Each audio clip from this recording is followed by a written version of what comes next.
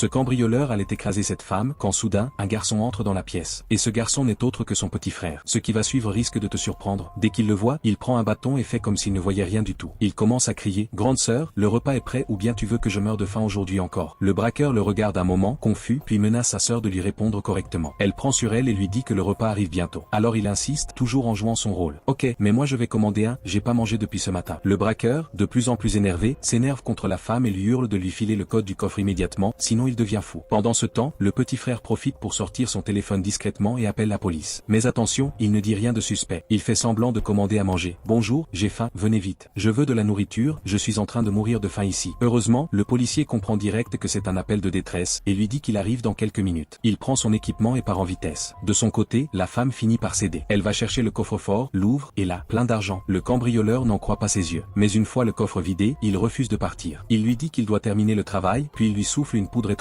au visage. Elle s'évanouit en quelques secondes. Mais ce qu'il ne savait pas, c'est que le petit frère n'était pas du tout aveugle. Il le frappe violemment à la nuque avec son bâton. Le braqueur tombe au sol, assommé. Il s'apprêtait à frapper une deuxième fois quand soudain, la police débarque, l'attrape et neutralise le criminel. Finalement, la sœur reprend ses esprits et remercie son petit frère pour son courage incroyable. Like si t'as aimé et dis-nous depuis quel pays tu regardes.